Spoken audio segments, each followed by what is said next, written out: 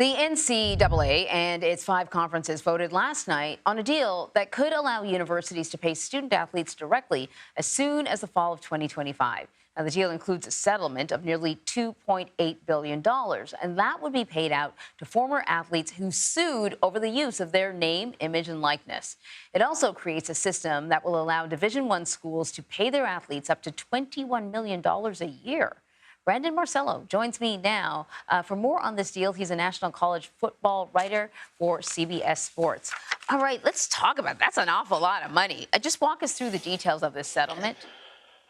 Yeah, and it could have been a lot of money, more money if they did not settle. We're talking about something that could potentially have bankrupted the NCAA as an institution, over $20 billion when all things were considered, with multiple antitrust lawsuits. But this settlement not only pays past players starting in 2016 through 2020 that $2.8 billion, but more importantly, it creates a new system for the NCAA. The 100-year system of not paying athletes is gone forever. Now revenue sharing enters the fray starting in August of 2025, potentially. What does this mean? It means up to 22% of revenues generated by these power conferences and these schools will be shared with the players. A lot of details to be ironed out here, but that is a lot of money. We're talking about $22 million upwards at these Power 5 conferences going now directly to players every single year. Yeah, so I know you said that the details are still kind of waiting to hear, but do we know who decides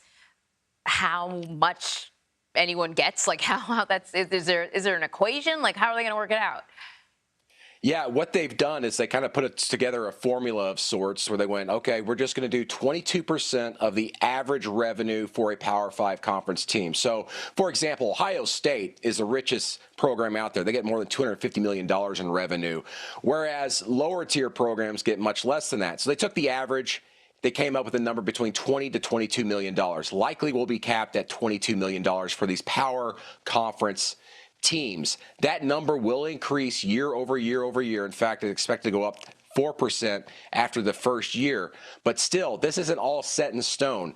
NCAA and conference leaders all have to get together and figure out exactly what this system will look like, how much money they will actually pay. But the idea is they got to start with the number of 22%. Why is that? Because in addition to the scholarships they provide the players, the housing, the medical situations that they provide them, this ends up being about 50% of the revenue that a school generates, which is about what you would expect for a professional athlete to get, say, in the NFL or Major League Baseball. Oh, that's very interesting. So could some of the compensation kind of come in the form of all these other benefits that they are getting, whether it's scholarship or whatever?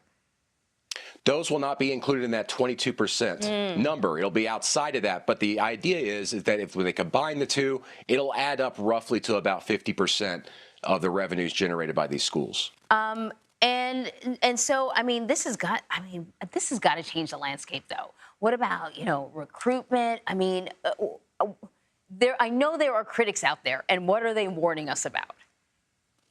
Yeah, now the whole situation is we're going to pay the players directly for the first time ever. What does this mean for NIL collectives, the name, image, and likeness collectives that started popping up in 2021? Those are not really regulated by the NCAA. In fact, the NCAA has had little teeth in having governance for that. So the idea here is in the settlement that they will put together a new governance structure. Will the NCAA oversee that? There's a lot of doubts. Some people believe it'll be on the conference levels, or they might just create a whole new entity whose job is just to enforce rules for NIL.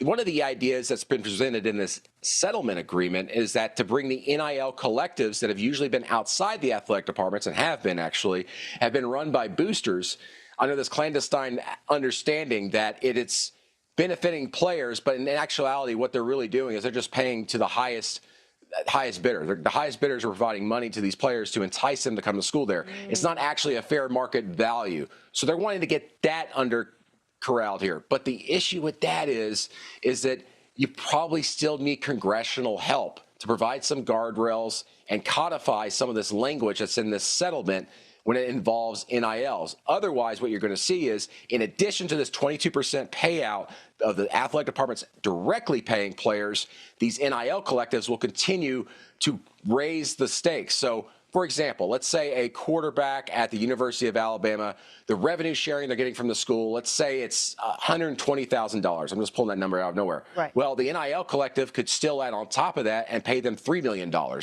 then all of a sudden, they're still getting the best quarterback that's available out there on the market. The NCAA wants to corral that a little bit and provide some of a fair market value. We'll see if that happens. They need Congress most likely to step in with some legislation. Yeah, uncharted territory. Brandon, Marcello, thank you so much.